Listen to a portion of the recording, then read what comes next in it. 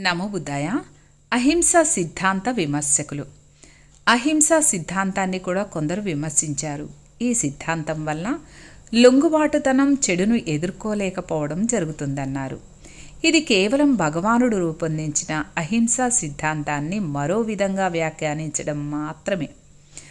ఆ సందిగ్ధావస్థకు, అపార్థాలకు ఏమాత్రం తావు లేకుండా బుద్ధుడు తన సిద్ధాంతాన్ని అనేక సందర్భాల్లో స్పష్టంగా విశదీకరించారు. సైనికులు భిక్షు సంఘంలో చేరడం విషయమై తాను ఏర్పరిచిన ఆంక్షలు అలాంటి సందర్భాల్లో ఒకటి. ఒకప్పుడు మగధరాజ్య పరిగణాలలో అలజడి ఉత్పన్నమైంది. చక్రవర్తి అయిన శ్రేణీయ బింబిసారుడు సేనాధిపతిని పిలిచి, నీవు వెంటనే నీ దళాధిపతులను ఆ పరిసర పరిగణాలకు పంపి అక్కడ అలజడికి కారకులైన వారిని పట్టి శిక్షించి శాంతి నెలకొలేలా చేయమని శాసించాడు. సేనాధిపతి ఉత్తర్వులు విన్న దళాధిపతులు గొప్ప ఆ సందిగ్ధావస్థలో పడిపోయారు. యుద్ధం చేయడంలో ఆత్రత కనబరచడం దోషమైనదని, దానివలన కలిగేవి చెడు ఫలితాలేనని తథాగతుడు చెప్పియున్నాడు. అలాంటి అలజడికి కారకులైన వారిని పట్టి శిక్షించాలన్నది రాజుగారి ఆజ్ఞ. అలాంటప్పుడు తామేం చేయాలని వారిలో వారు ఆలోచించసాగారు. దీనికొక్కటే తరుణోపాయం ఉన్నది. మనందరం భిక్షు సంఘంలో చేరిపోదామని ఆ దళాధిపతులు ఆలోచించారు. ఆ దళాధిపతులంతా భిక్షువులను ఆశ్రయించి వారికి దీక్ష ఇవ్వవలసిందిగా కోరారు. దీక్ష ఉపసంపదా విధులను జరిపించి భిక్షువులు దళాధిపతులకు తమ సంఘంలో చేర్చుకున్నారు. ఈ విధంగా ఆ దళాధిపతులు సైన్యం నుండి అంతరార్థమయ్యారు. దళాధిపతులు ఏమయ్యారంటూ సేనాధిపతి సైనికులను ప్రశ్నించగా, ప్రభు, దళాధిపతులంతా భిక్షు సంఘంలో చేరిపోయారని సైనికుడు చెప్పాడు. ఆ వార్త విన్న సేనాధిపతి రాజు సైన్యానికి చెందిన వారికి భిక్షువుల దీక్ష ఇవ్వడం ఏమిటని ఆగ్రహం వెలిబుచ్చాడు. ఆ సంఘటన రాజుగారి దృష్టికి తేబడింది. రాజుగారు న్యాయాధీశులను పిలిపించి, రాజు సైన్యంలోని వారిని ఎవరినైనా సన్యాసిగా మార్చినట్లయితే అలాంటి వారికి శిక్ష ఏమిటో తెలపండని కోరాడు. మహారాజా, సన్యాసకాండ జరిపించిన వారి తల నరికివేయాలి, అవి పలికిన వాడి నాలుక ఖండించాలి, సన్యసించిన వారి పక్కటెముకలు విరగబొడవాలని న్యాయాధీశులు సమాధానమిచ్చారు.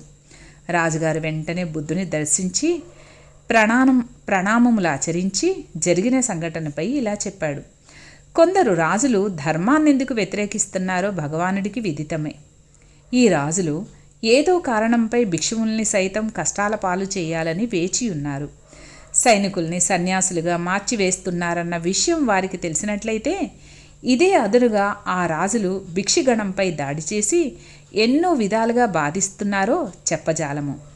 ఈ విపత్కర పరిస్థితిలో తరుణోపాయమేమిటో భగవానుడే చెప్పాలి. దానిపై భగవానుడిలా సమాధానమిచ్చారు.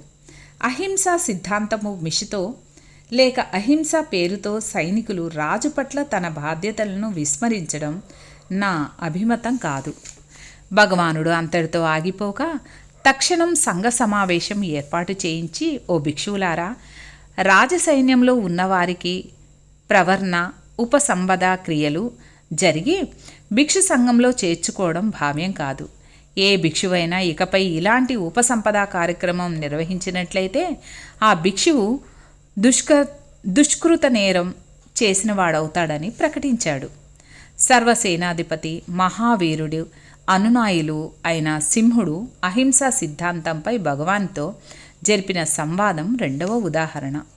సింహుడిలా ప్రశ్నించాడు. తథాగతుల వారి సిద్ధాంతంలో తెలియని విషయం ఒకటి ఉండిపోయింది. ఈ ఒక్క చిరుమబ్బును సైతం తొలగించినట్లయితే మీరు ప్రబోధిస్తున్న ధర్మాన్ని యథాతథంగా గ్రహించగలుగుతాము.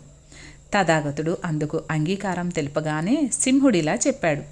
నేను సైనికుడిని. చట్టబద్ధమైన పాలన కొనసాగించేందుకు, వారి తరపున యుద్ధాలు చేసేందుకు రాజు నన్ను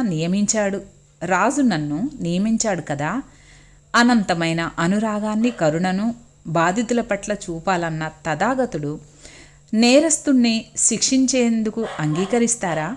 మా ఇళ్ళు, మా భార్య పిల్లలు, మా ఆస్తిపాస్తులు కాపాడుకునేందుకు అవసరమైతే యుద్ధం చేయడం దోషమనే తథాగతుడు బోధిస్తారా? అలా కాకుండా లొంగిపోయినట్లయితే దుష్టుడైన వాడి ఇష్టం ప్రకారం లొంగిన వారికి బాధించడాన్ని తథాగతులు సమర్థిస్తారా? శిక్ష రక్షణకై దుష్టులపై యుద్ధం చేయడాన్ని సైతం తథాగతులు సమర్థించరా? దానికి భగవానుడిలా సమాధానమిచ్చారు. ఈ విషయమై తథాగతుడు ఇలా చెప్తున్నాడు: శిక్షార్హులైన వారు తప్పక శిక్షించబడాలి, ఆదరణ కర్హులైన వారు తప్పక ఆదరించబడాలి. అయినప్పటికీ ఏ ప్రాణికి ఎలాంటి హాని తలపెట్టక ప్రేమానురాగాలు చూపాలి. అలా చెప్పడంలో పరస్పర విరుద్ధమైనది ఏదీ లేదు. ఎందుచేతనంటే దుష్కార్యం చేసినవాడు తన దుశ్చర్య కారణంగానే శిక్షించబడుతున్నాడు, కానీ న్యాయాధికారికి అతని పట్ల ఎలాంటి దురుద్దేశము లేదు కదా.